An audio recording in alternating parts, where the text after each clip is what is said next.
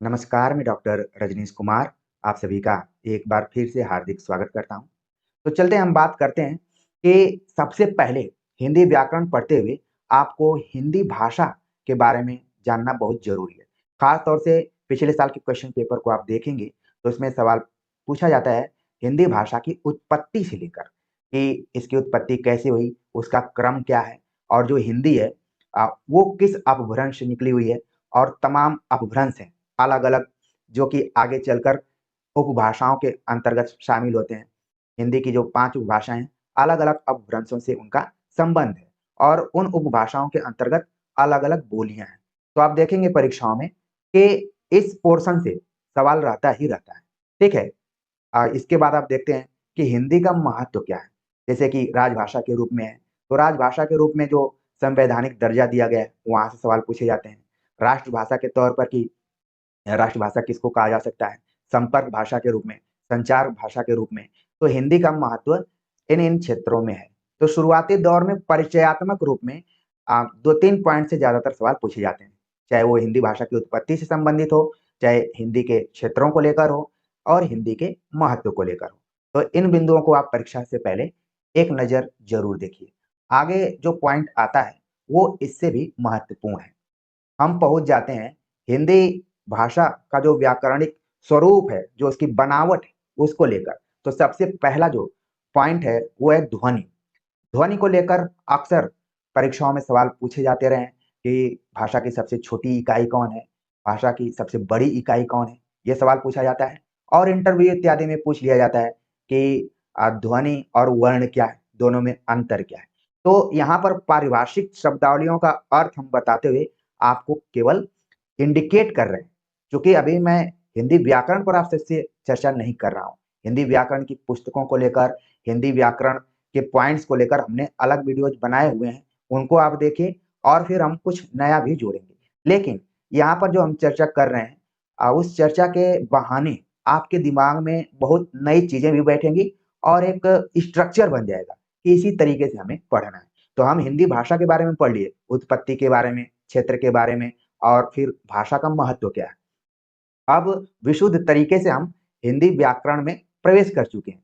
तो पहले नंबर पर आता है यहाँ पर ध्वनि। अब ध्वनि और वर्ण इन दोनों को लेकर काफ़ी कन्फ्यूज़न रहता है विद्यार्थियों में।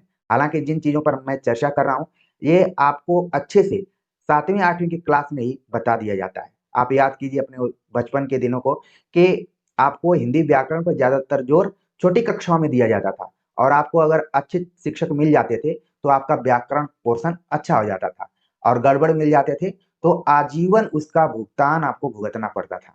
तो ध्वनि और वर्ण को लेकर प्रायः इंटरव्यू में सवाल पूछा जाता है कि दोनों एक ही हैं या अलग हैं। ध्वनि का अगर हम अर्थ देखें तो साउंड से इसको लगाया जा सकता है, यानी कि किसी चीज़ का उच्चारण जब हम करते हैं तो वो ध्वनि के अंतर्गत करते हैं या फिर अभिव्यक्ति देते हैं, तो वो ध्वनि कहलाती है।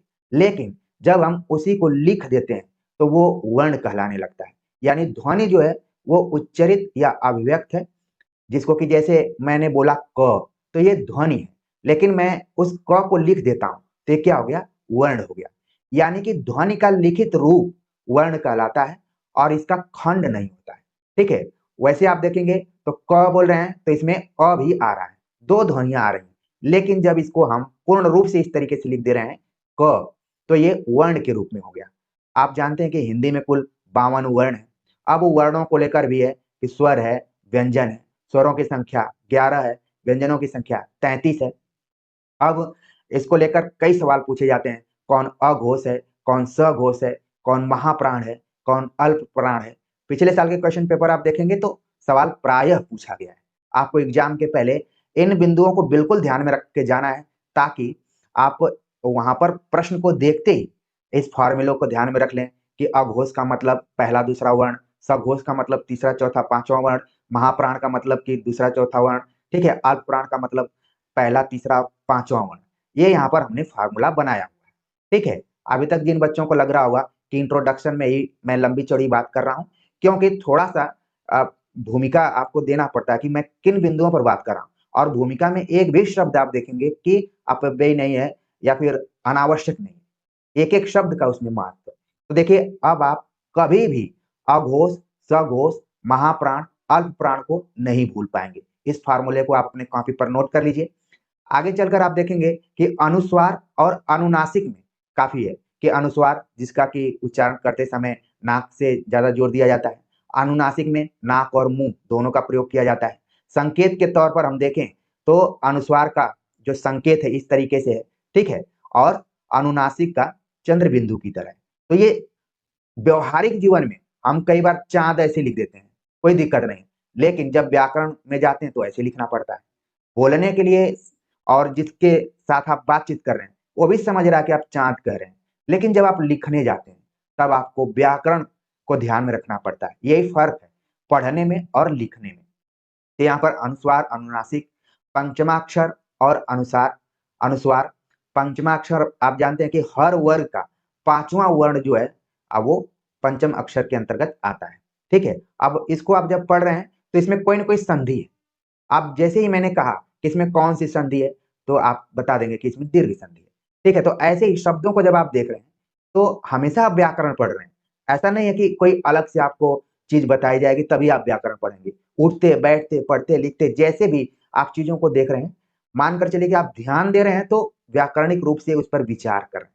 और हम कभी करते नहीं है, व्यवहारिक रूप में पढ़ने के लिए पढ़ लेते हैं लेकिन ध्यान नहीं देते हैं। परीक्षाओं के पहले फिर कंफ्यूजन शुरू होने लगता है। तो पंचमा अक्षर आप जान गए, अनुस्वार जान गए। वर्णों का उच्चारण स्थान, इससे रिलेटेड खूब सवाल पूछा जाता है। और आप जानते हैं कि उच्चारण स्थान में कुल 5 वर्ग स्थान है, जिसको कि हम बोलते हैं, ठीक है, कि क वर्ग, च वर्ग, ट वर्ग, त वर्ग, प वर्ग। और इनका जो उच्चारण स्थान है कंठ, तालु, मूर्धन्य, मूर्धा जिसको बोलते हैं, दंत्य, ओष्ठ, ये मुख्य रूप से है। अब वर्गों को ध्यान में रखते हुए हमारे कुछ टीचर बताया करते थे कि कचोटता हुआ प्यार, कचोटता प्यार। अगर आपको नहीं याद आ रहा वैसे याद आ जाएगा, थोड़ा सा आप ध्यान देंगे तो क, च, ट, त, प एकदम से आपको ध्यान में आ जाएगा। तो ये तो वर्ग हो गया। और उच्चारण स्थान में कंठ, तालु, मूर्धा, दंत और ओष्ठ हो गया, ये मुख्य रूप से है, ठीक है। तो ये उच्चारण स्थान हो गया। अब देखने में आता है कि हम अघोष, सघोष, अल्प प्राण, महाप्राण सब पढ़ लेते हैं, लेकिन एग्जाम में गए तो घुमाने के लिए आपसे सवाल पूछ दिया जाता है कि अंतस्थ बताइए कौन कौन है। तो य, र, ल, व आप बिल्कुल ध्यान रखिए, सवाल आता ही आता है, चाहे जब भी आए किसी भी फॉर्मेट में आए, आता है अंतस्थ को लेकर, जिसको कि हमने बताया कि अल्प प्राण है। अंतस्थ किसके अंतर्गत आता है? अल्प प्राण, जिसको कि शॉर्ट में एपी मैंने लिखा हुआ है। और जितने भी अंतस्थ हैं वो अल्प प्राण है और सघोष है। आपने ऊपर फार्मूला को देख लिया है, लेकिन यहाँ से इसको जोड़ना है, इसलिए मैं जोर दे रहा हूं। इसको मैंने की पॉइंट लिखा हुआ है कि कितना भी आप व्याकरण पढ़कर जाएंगे, यहां से सवाल आता है, बच्चे लड़खड़ाना शुरू कर देते हैं। लेकिन जो यहाँ पर अनुराग हिंदी अकेडमी में जुड़े हैं वो नहीं लड़खड़ाएंगे, उनको मैं इसीलिए ताकतवर पैरों पर खड़ा करने की कोशिश कर रहा हूं। तो अंतस्थ आप ध्यान में रख लिया हूं कि अल्प प्राण है, य, र, ल, व है और सघोष है। और उष्म, अंतस्थ और उष्म दोनों पूछे जाते हैं। तो उष्म में आ गया श, स, ट और ह। और आप जानते हैं कि इन तीनों स को लेकर कितना कंफ्यूजन होता है, और यहां तक कि इंटरव्यू में भी आपको टोक दिया जाता है। मुझे याद आ रहा है कि एक बार इंटरव्यू में मैं गया हुआ था हरियाणा पब्लिक सर्विस कमीशन में, तो उसमें इन्हीं तीनों स को लेकर, स को लेकर, स को लेकर मुझसे एक वाक्य पढ़वाया गया था। तो कई बार आपके क्षेत्रीय प्रभाव, जो भी जहां पर आपका जन्म स्थान है उसका भी प्रभाव पड़ता है। जैसे हरियाणा में स्कूल को सकूल बोलते हैं, तो वहां के बच्चों को लगता है कि सकूल सही है, लेकिन अगर पूर्वांचल के बच्चे स्कूल बोलेंगे तो वो बोलेंगे गलत बोल रहा है, जबकि स्कूल होता है, ठीक है। तो कहने का मतलब ये है कि शुद्धता को लेकर कई बार उसके ऊपर क्षेत्रीयता भी हावी हो जाती है। तो इन तीनों जो स हैं, अभी उच्चारण पर मेरे नहीं ध्यान देना है, क्योंकि मैं आपको व्याकरण के बारे में जरूर बता रहा हूं, लेकिन हर व्यक्ति में कुछ न कुछ व्याकरणिक दोष होते हैं। तो आप ध्यान में रखें, कोशिश यही की जाती है कि शुद्ध तरीके से बोला जाए। और कई बार शुद्ध बोलने में हम इन तीनों का प्रयोग बड़ा अलग अलग ढंग से करते हैं। मुझे याद आता है कि एक नेता है गोरखपुर साइड के, जो कि चुनाव लड़े हुए थे, अपनी पार्टी भी बनाए थे, ठीक है। वो बोलते थे मैं उस समय, तो हंसी आती थी सुन के, ठीक है ना। इसी तरीके से मुख्यमंत्री भी वहां का आप देखेंगे परीक्षा को लेकर या फिर कुछ शब्दों में उनके है ऐसा, तो हो सकता है कि उनके अंदर इस तरीके का हो, ठीक है ना। तो आपको ध्यान में रखना है कि जो ये तीनों स हैं उष्म के अंतर्गत आते हैं और ये महाप्राण है, इनको हमने एमपी कहा और ये अघोष के अंतर्गत आते हैं। जैसे जो मैं चर्चा कर रहा था, जो सीएम है यूपी के इस समय, जब मैं आपसे इसे चर्चा कर रहा हूँ, तो परीक्षा को लेकर, सुरक्षा को लेकर आप देखेंगे उनके थोड़ा-सा उच्चारण में कुछ अलग है और इसी से व्यक्ति का पता चल जाता है कि कौन बोल रहा है, ठीक है ना? आगे मैं बात करूँगा कि कैसे हम कैच कर लेते हैं। जैसे मेरा ही कोई वीडियो खोलकर छोड़ देगा और दूसरा व्यक्ति कोई आएगा तो बोल देगा कि फलाना लग रहा है पढ़ा रहे हैं। तो ये कहीं न कहीं पहचान भी है आपकी जो भाषा है और व्याकरण है। लेकिन एग्ज़ाम में जब हम जाते हैं, तो व्याकरण का रोल इसमें महत्वपूर्ण हो जाता है और वहीं से हमें नंबर मिलने शुरू हो जाते हैं और फिर मेरिट हमारी बनती है कि क्या है। तो देखिए, इस पॉइंट को आप ज़रूर ध्यान में रखिए कि अ, अंतस्थ क्या है, उसमें क्या है, सघोष, अघोष इसमें कौन है।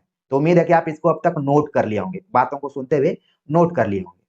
तो ये तो हो गया वर्णों का उच्चारण स्थान और क्या-क्या इन लोगों को बोला जाता है, ठीक है? अब है बलाघात। इसमें शब्द में ही छिपा हुआ है कि जिस पर हम विशेष बल दें या चोट पहुँचाएँ। बल, आघात, आप देख रहे हैं कि इसमें भी कोई न कोई संधि है। आप वो ध्वनि के बारे में पढ़ रहे हैं, लेकिन मैं बार-बार आपको संधि की तरफ भी ले जा रहा हूँ, ताकि आपका रिवीजन हो, खटाक से आपका दिमाग काम करे कि हाँ, हमने पढ़ा था, इसमें भी दीर्घ संधि, ठीक है?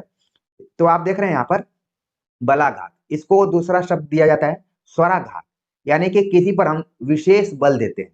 जैसे मैंने अभी बोला विशेष, तो इस पे जोर दे रहे हैं, स पे जोर दे रहे हैं। आप कई बार देखते होंगे कुछ लोग हैं, कुछ वर्णों पर ज़्यादा दबाव देते हैं, जोर देते हैं। ठीक है? सब व्यक्ति इसी तरीके से बोलते हैं, तो उसको बोला जाता है बलाघात। संगम, संगम का मतलब होता है 2 चीज़ों को जोड़ना। जैसे अभी महाकुंभ चल रहा था, तो लोग बोलते थे कि संगम स्नान करने जा रहे हैं, ठीक है? तो इसका मतलब है कि एक से अधिक चीज़ें जहाँ जुड़ती हैं, उसको हम संगम बोलते हैं। जिसका कि दूसरा नाम है योजक चिन्ह, आपने इस तरीके से डैश करके देखा होगा। जैसे हम रात-दिन लिखते हैं, तो रात-दिन लिखते हैं तो ऐसे सीधा-सीधा नहीं लिखते हैं। और देखने में अच्छा भी नहीं लगेगा। मैं अपने बीए और एमए के विद्यार्थियों को बतलाता हूँ कि जो शब्द होते हैं, उसमें भी सौंदर्य दिखाई पड़ता है अगर उनको हम सही लिखते हैं। और अगर गलत लिखते हैं, तो वही शब्द लगता है कि रोना टाइप का चेहरा बनाया हुआ है। जैसे रात-दिन यहाँ मैंने लिखा, तो ये उतना अच्छा नहीं लग रहा है जितना कि ये अच्छा लग रहा होगा। तो संगम का मतलब होता है कि 2 शब्दों के बीच में जो डैश है, लगता है कि दोनों शब्द अलग-अलग हैं लेकिन उनको जोड़ देता है वो। अनुतान, अनुतान का मतलब है, एक तो है तान और अनु उपसर्ग लगा हुआ है, ठीक है? तो मतलब कि उतार-चढ़ाव। जब भी हम शब्दों का प्रयोग करते हैं, तो उसके उच्चारण में हम उतार-चढ़ाव करते हैं। किसी पर विशेष जोर देते हैं, किसी पर कम जोर देते हैं, ठीक है? तो वो हो गया अनुतान। इसके बाद हम संधि पढ़ते हैं। संधि का मतलब होता है कि 2 वर्णों के मेल से जो विकार उत्पन्न होता है, उसको हम संधि कहते हैं, ठीक है? तो इस तरीके से ध्वनि के माध्यम से हम अ, वर्ण और जितनी भी चीज़ें हैं, उसको समझते हुए एक अपने दिमाग में रख लेते हैं कि कौन चीज़ कैसे लिखा जाएगा, ठीक है? तब आ जाता है शुद्ध-अशुद्ध का दौर। शुद्ध-अशुद्ध अचानक नहीं आया हुआ है। सभी नियम कानून बन गए। अब उन नियम कानूनों के आधार पर जो चीज़ें नहीं चल रही हैं, तब हो गया वहाँ पर शुद्ध और अशुद्ध का खेल शुरू हो जाता है। ठीक है? तो उम्मीद है कि ध्वनि आपको समझ में आ गई होगी। मैं केवल पारिभाषिक शब्दावलियों को एक्सप्लेन कर दे रहा हूँ थोड़ा-थोड़ा, मैं व्याकरण नहीं पढ़ा रहा हूँ। अगर व्याकरण आपको पढ़ना है, तो नीचे हमने लिंक दिया, उसको आप ज़रूर जाकर देखिएगा। अभी तुरंत नहीं जाना है, पूरा लेक्चर देख लेना है, समझ लेना है, तब जाना है। अगर आप हिंदी व्याकरण में जल्दीबाज़ी किए, तो फिर आपका कॉन्सेप्ट कभी क्लियर ही नहीं होगा। आगे चलते हैं, बात करते हैं हिंदी वर्णमाला, वर्तनी और विराम चिन्ह। पूरा क्रम से मैं बता रहा हूँ। पहले भाषा के बारे में बतलाया, फिर ध्वनि के बारे में बतलाया। अब जब हमें पता चल गया कि हिंदी में कुल 52 वर्ण हैं, जिनको हम वर्णमाला कहते हैं। अंग्रेजी में हम इसको लेटर कहते हैं। अंग्रेजी में आप देखेंगे कि 26 वर्ण हैं और हिंदी में जस्ट उसका दूना है। ऐसे कोरिलेट करके आपको देखना है। तो अब देखना पड़ेगा आपको हिंदी वर्णमाला, वर्तनी, ठीक है? और विराम चिन्ह, क्योंकि जब हम बोलते हैं, तो वहाँ पर वर्णमाला, वर्तनी, विराम चिन्हों का प्रयोग भी हमें ध्यान में रखना पड़ता है कि कहाँ पर हमें रुकना है, कहाँ पर विराम चिन्हों का भी काफ़ी रोल है, ठीक है ना? जैसे आप पढ़े होंगे अ, रोको नहीं द इस तरीके से रुको, मत जाओ, ठीक है? एक तो हो गया ये विराम चिन्ह मैं यहाँ पर लगा दिया। अब यहाँ है रुको, मत जाओ, तो देख रहे हैं कि दोनों में क्या हो जाए, शब्द वही हैं, सब वही हैं, तीनों शब्द हैं, लेकिन यहाँ पर आप देख रहे हैं कि विराम चिन्ह की वजह से क्या हो जा रहा है, सब चीजें बदल जा रही हैं, अर्थ बदल जा रहा है। तो हमें इसके अंतर्गत पढ़ना है कि ध्वनि क्या है, फिर लिपि क्या है, क्योंकि भाषा को हम बोलते हैं उसमें ध्वनियों का सब मिश्रण है, लेकिन जब उसी भाषा को हम लिखते हैं तो लिपि कहलाती है। अब सामान्य तौर पर यहाँ लिपि लिख दिया है, लेकिन जब हम परीक्षाओं में जाते हैं तो लिपि के नाम पे आपको देवनागरी लिपि पढ़ना पड़ता है, उसकी वैज्ञानिकता को पढ़ना पड़ता है, उसके सुधारों को लेकर पढ़ना पड़ता है कि देवनागरी लिपि के लिए कौन-कौन से सुधार करने के प्रयास किए गए थे। तो यहाँ पर आपने पहले भी पढ़ा होगा और अब इसके बहाने अपने दिमाग में आप रख लेंगे कि लिपि जब हम कह रहे हैं तो सामान्य बात नहीं है, इसमें आपको पूरा देवनागरी लिपि के बारे में जानकारी रखनी पड़ेगी। ठीक है, लिपि चिन्ह कौन-कौन से हैं इसको लेकर। फिर सबसे ज़्यादा इम्पोर्टेंट है हिंदी वर्तनी के महत्वपूर्ण नियम कि कौन वर्तनी शुद्ध है और कौन वर्तनी अशुद्ध है। इसके भी नियम कानून है, आपके मन में आ सकता है। जैसे कई हमारे विद्यार्थी पूछते रहते हैं कि क्यों माना जाए कि दूध शब्द लिखा गया तो उसपे बड़ा ही रहेगा, छोटा क्यों नहीं रहेगा? तो ये व्याकरणचार्यों ने बनाया हुआ है कि किस पे बड़ा रहेगा, किस पे छोटा रहेगा, ये चीज़ें हैं। मुझे याद आता है कि एक दिन क्लास में मैं चूहा लिखने के लिए चूहा और मैं करके आप लोगों ने एक निबंध पढ़ा होगा हरिशंकर परसाई का। तो उसमें चूहा था, तो मैं टेस्ट ले रहा था बच्चों का। तो कुछ बहुत चतुर बच्चे थे, उन्होंने चूहा ऐसे लिख दिया था। दोनों तरफ उन्होंने मात्राएँ दी हुई थी। अब मेरे ऊपर निर्भर था कि उसको मैं क्या मानूँ? तो पहले तो मैं देखकर हँसा। अब क्योंकि बच्चों को पता था कि मैं वर्तनी ज़रूर देखूँगा, तो उन्होंने अपने बचाव में दोनों तरफ इसको मुँह को मोड़ दिया हुआ था। अब इसको लेकर क्या कोई कर सकता है? तो विद्यार्थियों के मन में जब वो ध्यान नहीं देते हैं, तो समझ में नहीं आता क्या वो सही लिख रहे हैं, क्या गलत लिख रहे हैं। जैसे ज़्यादातर बच्चों को मैंने देखा है कि सूरदास ऐसे लिख देते हैं और मैं बार-बार बोलता हूँ कि कितना भी आप अच्छा सूरदास पर लिख रहे हैं, पूरा उनको वात्सल्य रस का सम्राट सिद्ध कर दिए, लेकिन अगर सूरदास ठीक से नहीं लिख पाए, तो फिर आपका नंबर कटना तय है। क्यों? मैंने बहुत सारे बच्चों को देखा है, कबीर भी ठीक से नहीं लिख पाते हैं। तो कहने का मतलब ये है कि वो ध्यान नहीं देते हैं। उनको लगता है कि हमने तो पेज खूब भरा है। हिंदी के विद्यार्थियों के साथ सबसे बड़ी समस्या ये है कि लोग बताते हैं कि जाकर खूब पेज भर देना नंबर मिल जाएगा। कई जगहों पर मिलता भी है, लोग आँख बंद करके नंबर दे भी देते हैं। हिंदी में अपेक्षाकृत जो मार्किंग होती है उदारवादी दृष्टिकोण से होती है, ठीक है? फिर भी ये इसीलिए ये सब कठिनाई है। यही अगर अंग्रेजी में हो जाती तो फिर समस्या खड़ी हो जाती। अंग्रेजी में हम बहुत कम गलतियाँ करते हैं, अगर अच्छे से देखा जाए तो, लेकिन हिंदी में बहुत लापरवाही है। आप ट्रकों पर देख लीजिए, बसों पर देख लीजिए, रेलवे स्टेशनों पर देख लीजिए या फिर जहाँ भी आप थोड़ा बहुत देखेंगे तो पेंटरों द्वारा जो भी कुछ लिखा रहता है, अब पेंटर पीएचडी तो किए नहीं रहते हैं, जितना पढ़े रहते हैं उसी हिसाब से वो लिख देते हैं। तो एक चीज़ आपको ध्यान में रखना है कि हिंदी वर्तनी के नियमों को ध्यान में रखना है कि सब नियम बनाए गए हैं कि किसको कैसे लिखना है, उसकी जानकारी आपको रखनी है। इसके बाद हम पहुँचते हैं अशुद्धियों के तरफ कि क्या क्यों कौन-सी चीज़ अशुद्ध है और उसको कैसे ठीक किया जाए, ठीक है? तो जब आप पढ़ते हैं इसको तो वैसे लोग याद कर लेते हैं, अपने दिमाग में फिक्स कर लेते हैं कि ये शब्द ऐसे लिखा जाता है, ठीक है ना? विराम चिन्हों के प्रयोग के बारे में हमने बतलाया ही कि कैसे कामा को इधर-उधर कर देते हैं तो अर्थ बदल जाता है। तो इसको लेकर भी आपको परीक्षा से पहले इन बिंदुओं को बिल्कुल ध्यान में रखना है। आगे बात करते हैं संज्ञा। संज्ञा से भी सवाल पूछे जाते हैं और संज्ञा के बारे में आपने बचपन की कक्षाओं में पढ़ा होगा कि वस्तु, नाम, भाव का जो बोध कराता है उसको संज्ञा कहते हैं। अब संज्ञा के कुल 5 भेद हैं। जातिवाचक संज्ञा, व्यक्तिवाचक संज्ञा, भाववाचक संज्ञा, समूहवाचक संज्ञा, द्रव्यवाचक संज्ञा। अब विद्यार्थियों के दिमाग में 2 संज्ञाओं को लेकर ज़्यादातर सवाल होता है कि जातिवाचक संज्ञा क्या है और व्यक्तिवाचक संज्ञा क्या है? इसको इसके उदाहरणों को लेकर आमतौर पर व्याकरण में उदाहरण भी पूछ लिए जाते हैं कि ये उदाहरण किस संज्ञा का है? तो यहाँ पर इस वाले को तो आप समझ जाएँगे, भाव को, समूह को, द्रव्य को, सबको समझ जाएँगे। लेकिन जाति और व्यक्ति वाले में गड़बड़ी होने लगती है। तो जातिवाचक संज्ञा मतलब वो किसी वर्ग का प्रतिनिधित्व कर रहा, किसी क्लास का प्रतिनिधित्व कर रहा है, तो वो जातिवाचक संज्ञा हो गया। जैसे मैं बोलूँ छात्र, तो छात्र क्या है? जातिवाचक संज्ञा है। मैं बोलूँ भक्त, भक्त क्या है? जातिवाचक संज्ञा है, ठीक है? इसी तरीके से मैं बोलूँ श्रद्धालु, मैं ऐसे उदाहरण दे रहा हूँ जो कि अभी वर्तमान समय में आपके आस-पास चल रहे हैं कि भक्तों की भीड़ लगी है, श्रद्धालुओं की भीड़ लगी है, छात्रों की भीड़ लगी है, तो ये क्या हो गया? जातिवाचक संज्ञा है। लेकिन इसी में से अगर किसी का नाम ले लिया जाए, ठीक है? मान लीजिए रजनीश बोल दिया जाए, तो रजनीश क्या हो गया? व्यक्तिवाचक संज्ञा हो गया, ठीक है? कोई श्रद्धालु है जो खो गया है, तो वो क्या हो गया, व्यक्तिवाचक संज्ञा। और जब हम किसी एक की चर्चा करते हैं तो वो व्यक्तिवाचक है। बहुत पहले जब मैं संज्ञा के बारे में पढ़ाया था तो कुछ विद्यार्थी ये कहते थे कि सर जातिवाचक संज्ञा और व्यक्तिवाचक संज्ञा में अंतर बताइए। तो ये छोटा सा अंतर आप समझ गए होंगे और इसी को अपने दिमाग में बैठाना है। व्याकरण का जो भी हम बता रहे हैं अपने दिमाग में एक बार बैठाना है फार्मूले के रूप में कि अब जातिवाचक संज्ञा कितना भी पूछेगा। जैसे मैं बोल दूं कि नेता, अब नेता क्या है, जातिवाचक संज्ञा है, ठीक है। अब ये किस तरीके का नेता है, सामाजिक नेता है, राजनीतिक नेता है, ठीक है ना। तो नेता एक वर्ग के बारे में बतला रहा है, ठीक। तो चीजें आप समझ गए होंगे, 5 भेद हैं। कई बार तो सीधे सीधे सवाल पूछ लिया जाता है कि संज्ञा के कितने भेद हैं। इसके बाद संज्ञा के रूपांतर भी होते हैं, लिंग के आधार पर, वचन के आधार पर, कारक के आधार पर। अब लिंग क्या है, शब्द की जाति बतलाता है लिंग, ठीक है। जैसे कि पुल्लिंग, स्त्रीलिंग, नपुंसक लिंग, 3 तरीके के लिंगों की बात हिंदी में की जाती है, संस्कृत में भी की जाती रही, ठीक है। तो लिंग का मतलब क्या हो गया, जाति। वो उस जाति कास्ट से रिलेटेड नहीं है, वर्ग और क्लास से रिलेटेड है।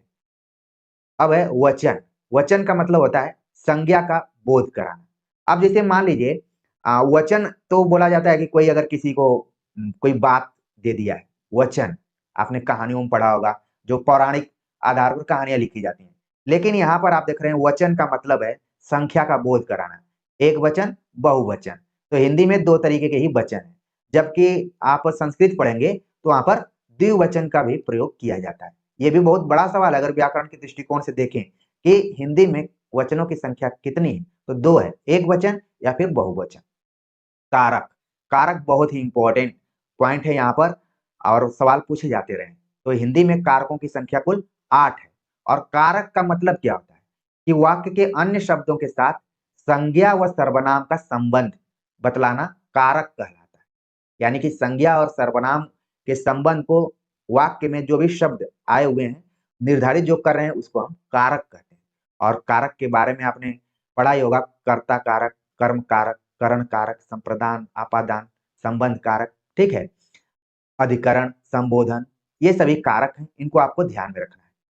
अब है पद, कारक के बाद आता है पद। पद का मतलब है कि शब्द जब किसी वाक्य में क्रमबद्ध कर दिए जाते हैं तो वो पद कहलाता है। वैसे तो हमने पढ़ा होगा कि सूर के पद, ठीक है, कबीर के दोहे, सूर के पद। पद जब भी आता है तो लगता है कि कोई कविता वाला होगा, लेकिन व्याकरण के दृष्टिकोण से हम देखें तो पद का मतलब ये है कि जब सभी शब्दों को एक वाक्य में क्रमबद्ध तरीके से कर दिया जाए तो वो पद कहलाता है। यानी कि सबसे पहले कर्ता होगा, फिर क्रिया होगी, फिर कर्म होगा, फिर अन्य पद है। लेकिन हिंदी में आप देखेंगे तो कर्ता है। मान लीजिए मैं लिख देता हूं कि राम पत्र लिखता है, ठीक। तो यहां पर आप देख रहे हैं कि ये एक पूरा पद है। वाक्य में कौन कौन से शब्द कहां पर रहेंगे, सबसे पहले कर्ता रहेगा, फिर कर्म रहेगा, फिर क्रिया रहेगी, ठीक। तो इस तरीके से आप इसको पद बोल सकते हैं, एक पूरा पद है। आगे बात करते हैं सर्वनाम के बारे में। सर्वनाम से भी खूब सवाल पूछे जाते हैं। तो सर्वनाम के बारे में आपने बचपन के कक्षाओं में पढ़ा ही होगा कि संज्ञा के स्थान पर जो भी प्रयोग किया जाता है वो सर्वनाम कहलाता है। और सर्वनाम के कुल 11 भेद माने गए हैं।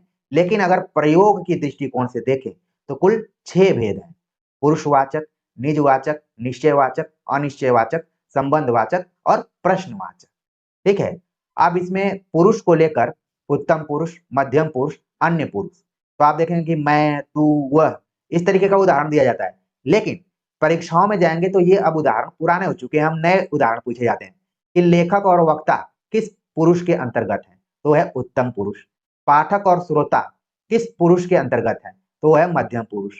और इन सभी को छोड़कर जो भी आते हैं वो सब अन्य पुरुष में, यानी लेखक, वक्ता, पाठक, श्रोता को छोड़कर अन्य सारे अन्य पुरुष के अंतर्गत है। यानी परीक्षाओं के दृष्टिकोण से इन दोनों को आपको बिल्कुल ध्यान में रखना है। सवाल पूछा जा सकता है कि लेखक किस पुरुष के अंतर्गत है, तो आप वहीं दिमाग लगाना शुरू कर देंगे कि क्या पढ़े थे हम, अब वो इधर उधर देखना भी शुरू कर देंगे। लेकिन अब यहाँ पर आपका कॉन्सेप्ट एकदम से क्लियर हो गया होगा, स्पष्ट हो गया होगा।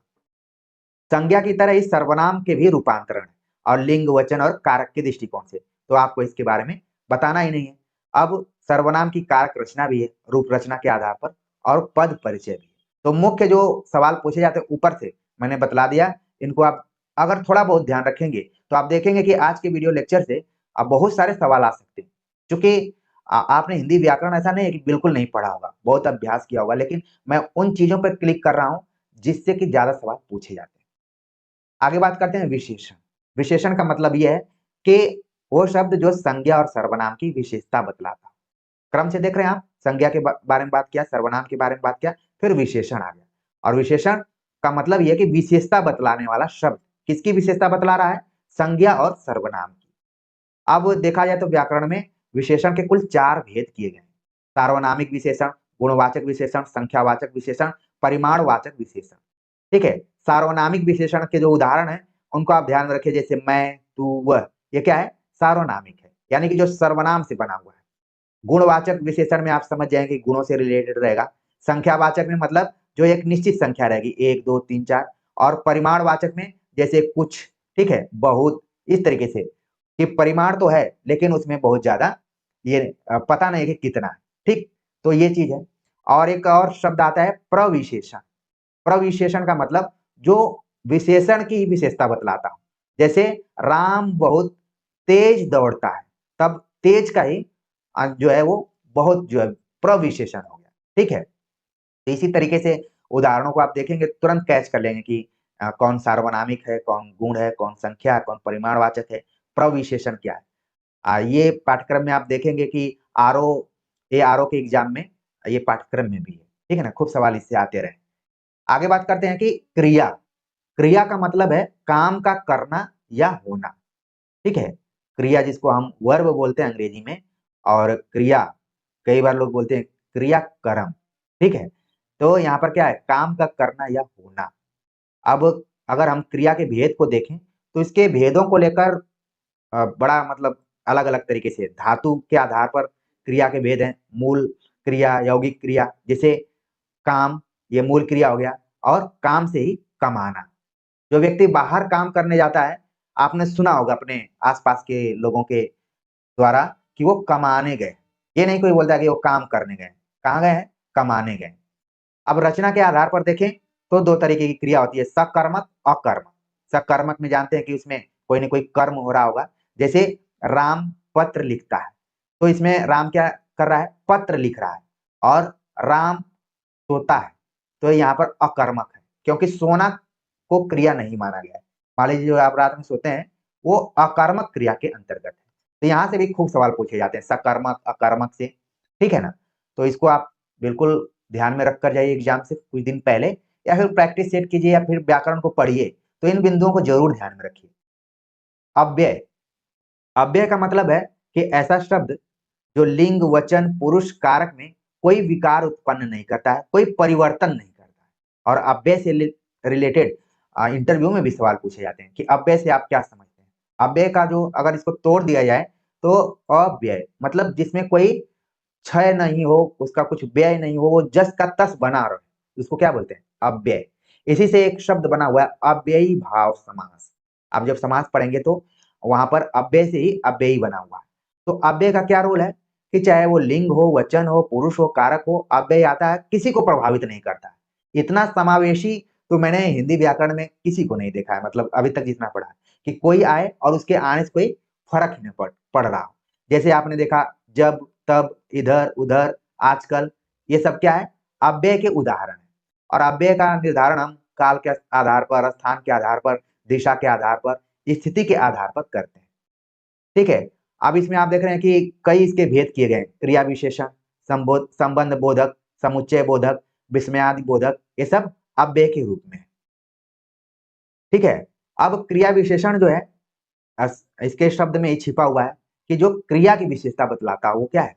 क्रिया विशेषण। तो यहाँ से ज्यादा सवाल तो नहीं आता, बस ऐसे ही पूछ लिया जाता है कुछ शब्दों को देकर कि ये क्या है। तो आप समझ जाइए कि जब, तब, इधर, उधर, आजकल आए तो ये अव्यय हैं। ढेर सारे उदाहरण है व्याकरण की किताब में। कोई भी किताब आप खरीदिए, आप देख लेंगे कि सैकड़ों उदाहरण मिल जाएंगे। किताबों को लेकर हमने चर्चा की है और लाख से ज्यादा बच्चों ने उसको व्यूज के रूप में देखा है, समझा है, खरीदा भी होगा। क्योंकि मेरी पुरानी वीडियोज रही हैं, मैं उतना अच्छा दिखने में नहीं लग रहा था तो बहुत लोग नहीं देखे होंगे, लेकिन अब आप धीरे धीरे विश्वास कर लिए होंगे। तो सौंदर्य के ऊपर नहीं जाएंगे, आप कंटेंट के ऊपर जाएंगे। हर चश्मा लगाने वाला व्यक्ति सुंदर नहीं होता है। इस चीज को आपको ध्यान में रखना है। चश्मा दूसरी चीजों के लिए लगाया जाता है कि आंख में प्रॉब्लम हो। तो कहने का मतलब ये है कि हमेशा सौंदर्य के पीछे मत जाइए, कंटेंट के पीछे जाइए। मैं उतना भी खराब नहीं हूं। तो यहाँ पर आपने संबंध अव्यय को देख लिया होगा। निपात, निपात से खूब सवाल पूछे जाते हैं। मुझे तो लगता है कि एक बार बीपीएससी के इंटरव्यू में मैं गया था, मेरे एक सीनियर से पूछ लिया गया कि निपात से आप क्या समझते हैं। उन्होंने पीएचडी कर रखी थी, सब कुछ कर रखा था, वो हड़बड़ा गए और मेरे पास आए, बोले कि रजनीश तुम निपात का नाम सुने हो? यार मैं पहली बार सुन रहा हूँ।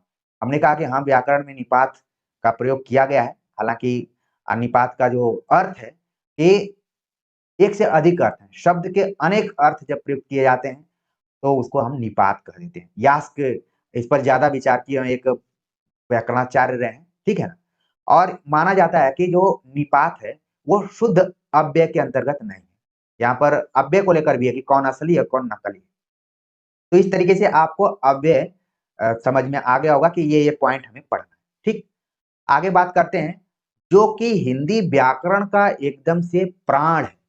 आप भले इसके पहले की चीजों को ना बहुत ज्यादा ध्यान दें, लेकिन यहाँ पर आपको पढ़ना ही पढ़ना है। और जो यहाँ पर मैंने सूची दिया है, आप बिल्कुल इससे सहमत हो गए होंगे, आप अलर्ट भी हो गए होंगे कि क्या है पढ़ना है जिसको इन्होंने प्राण कहा। तो शब्द से पहले आपको शब्द रचना के बारे में पढ़ना है। शब्द रचना, शब्द किसको कहते हैं? जिसको आप जानते हैं कि ध्वनियों के मेल से बने सार्थक वर्ण समुदाय को हम शब्द कहते हैं। जब ध्वनि मिल जाती है, जैसे हमने लिखा कलम, ठीक है, तो उसका सही होना चाहिए कमल। अगर मैं इसको लिख दिया ठीक मलक, तो इसका कोई मतलब नहीं। ऊपर के दोनों क्या कर रहे हैं? अर्थ प्रदान कर रहे हैं, लेकिन जो नीचे का हमने शब्द लिखा है वो सार्थक नहीं। यानी कि शब्द सार्थक और निरर्थक दो तरीके के होते हैं, आप जानते हैं। जैसे हम बोलते हैं कि लोटा वोटा, पानी ऊनी, खाना ऊना, अलग अलग जगहों पर इस तरीके के शब्दों का प्रयोग किया जाता है।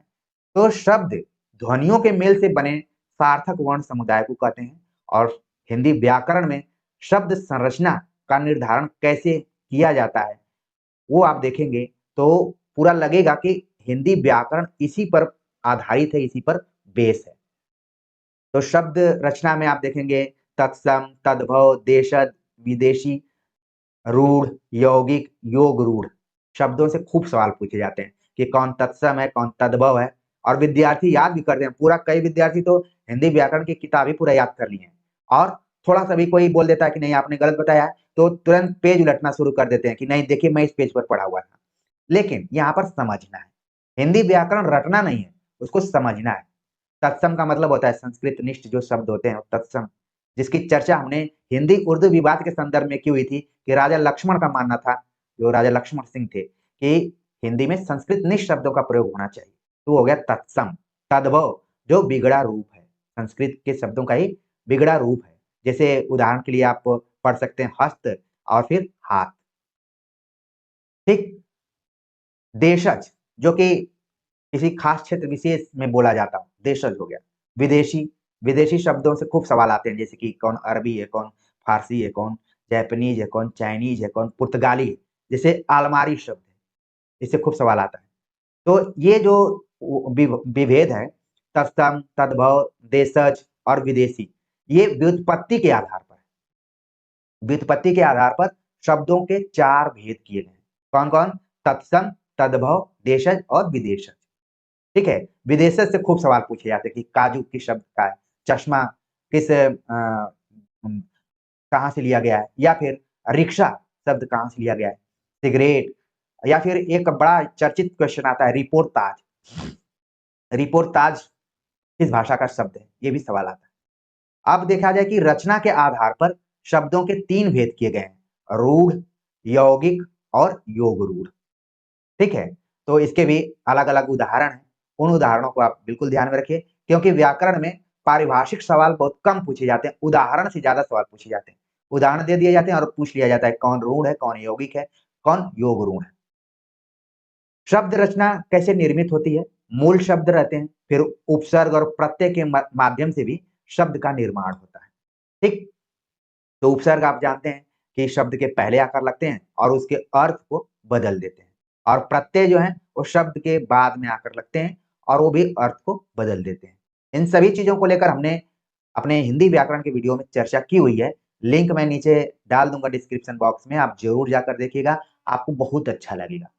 प्रिय विद्यार्थियों, इस चैनल को आप सभी वैकल्पिक तौर पर देखिए कि यदि आप कोचिंग नोट्स यहाँ पर नहीं समझ पा रहे हैं तो इस चैनल से समझिए। हमारा यही प्रयास है कि आपको विकल्प प्रदान करें। जो हजारों हजारों रुपए देकर लोग अपने कोर्स को बेच रहे हैं, वो अपने रेट को घटाएं। हमारी उपलब्धि क्या है कि उनकी दुकान बंद हो जाए, ये नहीं है। हमारी उपलब्धि ये है कि उनके रेट कम हो जाए। आप देख रहे हैं हर तीज त्योहार पर लगातार कोर्सेज के दाम कम होते जा रहे हैं, भारी गिरावट आ रही है। हंसी आती है, मैं देखता हूँ 90% ऑफ चल रहा है। क्या करने की जरूरत है? कंटेंट अच्छा रहेगा तो सारी चीजें अच्छी रहेंगी। यहाँ पर कंटेंट पर जोर दिया जाता है। अभी तक आप लोगों ने पूरा देख लिया होगा, और सच्चाई देखने के लिए मैंने बताया है कि आंखों को देखिए।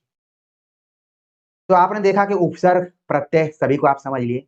विशेष से विशेषण के बारे में पीछे भी हमने बतलाया कि विशेषण की जो वो है, खासतौर से समास में आप देखेंगे कर्मधारय समास या फिर बहुब्रीहि समास, तो वहां पर विशेष से विशेषण की चर्चा बार बार की जाती है। संधि के बारे में आपको पढ़ना ही पढ़ना। ये सभी जो पॉइंट है, ये शब्द निर्माण में अपनी भूमिका निभाते हैं। ठीक है, समास हो गया। प्रयोग की दृष्टि से समास के कितने भेद हैं? समास के भी वैसे तो आपने 6 भेदों को पढ़ा होगा, लेकिन अलग-अलग किताबों में अलग-अलग भेद हैं। तो जब समास पे हम चर्चा करेंगे या फिर हमने वीडियो में चर्चा की हुई है, तो वहाँ पर आपका क्लियर हो जाएगा। पूरा पॉइंट आपका मिल जाएगा, प्लेलिस्ट में डाल दूँगा, आपको घबराने की ज़रूरत नहीं। तो कहने का मतलब है कि एग्ज़ाम से पहले शब्द रचना को बिल्कुल ध्यान में जाइए कि तत्सम, तद्भव, देशज, विदेशी, शब्द ऋण जितना भी है, उपसर्ग, प्रत्यय, ठीक है, संधि, समास। सवाल पूछा जा सकता है कि ये संधि समास किसके अंतर्गत है? शब्द। अभी आगे मैं अर्थ पर बात करूंगा, इसलिए आपको जोर देना है। इसको आप नोट कर सकते हैं, अपने दिमाग में फिक्स कर सकते हैं। अब बात करते हैं हम अर्थ को लेकर।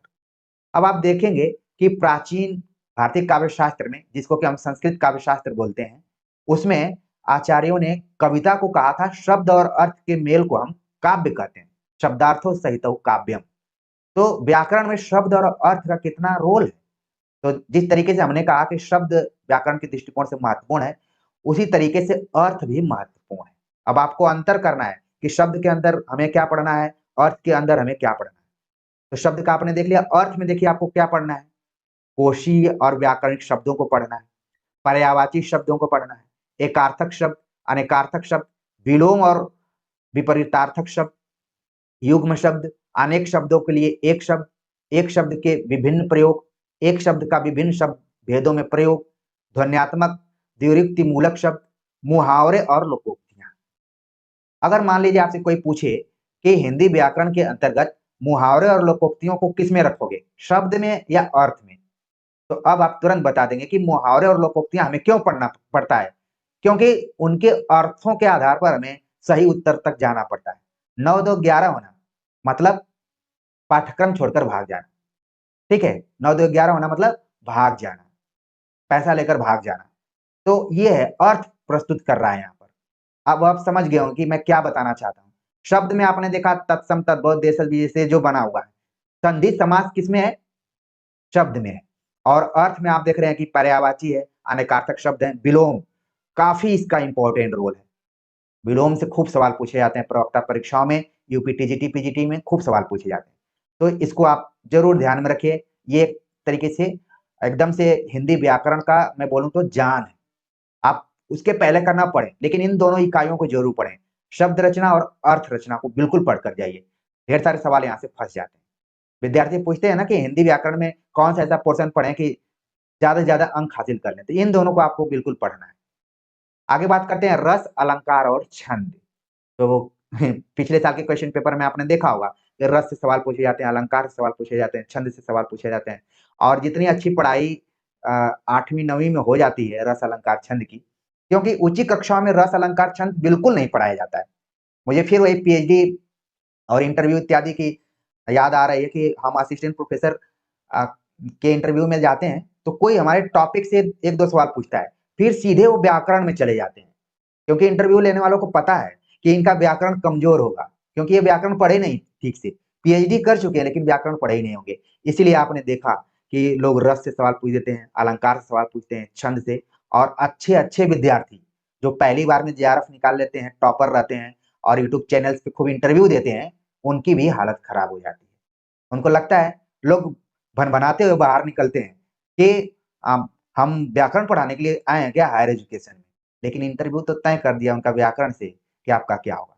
हालाँकि जितने कॉन्फिडेंस के साथ मैं आपसे यहाँ चर्चा कर रहा हूँ और इंटरव्यू के पहले मैं उतना ही कॉन्फिडेंस से व्याकरण तैयार करके जाता हूँ। और जब व्याकरणों के सवालों को पूछा जाता है और मैं बता देता हूँ, तो बोर्ड भी थोड़ा सख्ती में रहता है कि ये तो है। ठीक है ना? तो इसीलिए मैं आपको ज़्यादा फ़ोकस करवा रहा हूँ कि कौन-कौन से पॉइंट आपको ध्यान रखना है।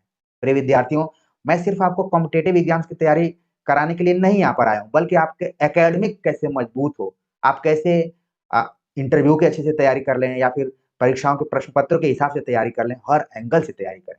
तो रस, अलंकार, छंद से प्राय सवाल आते हैं, कोई भी ऐसा एग्ज़ाम नहीं होगा, जहाँ पर इनसे सवाल ना आए।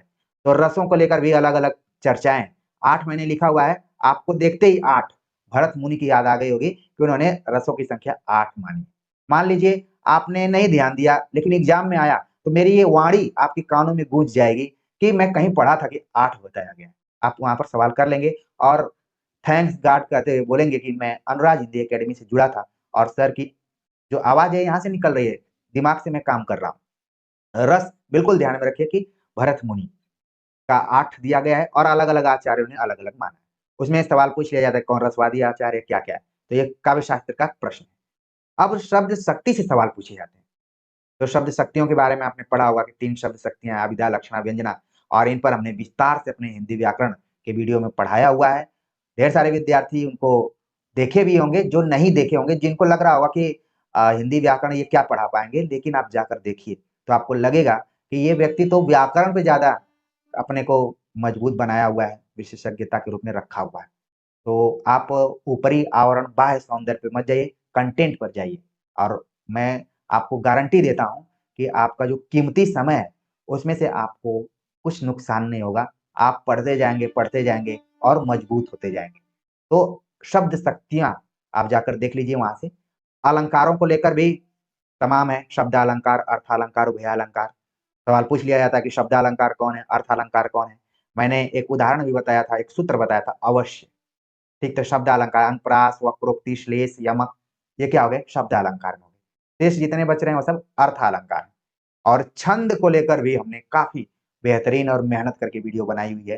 खास तौर से हिंदी छंदों को लेकर जो हिंदी में प्रयोग किए जाते हैं, दोहा, सोरठा, बरवै, ठीक है? और कवित्त इस तरीके से जो है रोला, तो उन छंदों को जाकर ज़रूर देखिए। तो प्रिय विद्यार्थियों, हिंदी व्याकरण पढ़ने का सही तरीका क्या हो सकता है? कौन-कौन से पॉइंट हो सकते हैं? किस पे हमें विशेष जोर देना है? इन सभी बिंदुओं पर हमने चर्चा की है। उम्मीद है कि आपने जो भी अपना कीमती समय दिया होगा, आपका दिमाग खुला होगा और आपको लगा होगा कि नहीं, हमें इसी तरीके से पढ़ना है। बाकी तो तैयारी आप करते रहेंगे, हिंदी व्याकरण का फ़ॉर्मूला आपको ध्यान में रहेगा, तो आप किसी भी तरीके का क्वेश्चन घुमा कर आएगा, आप बता देंगे।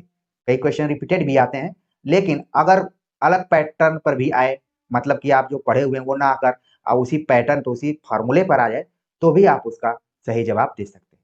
तो आज की वीडियो लेक्चर के बारे में आप सभी के कमेंट का मुझे इंतज़ार रहेगा। मिलते हैं अगले टॉपिक के साथ, तब तक के लिए नमस्कार।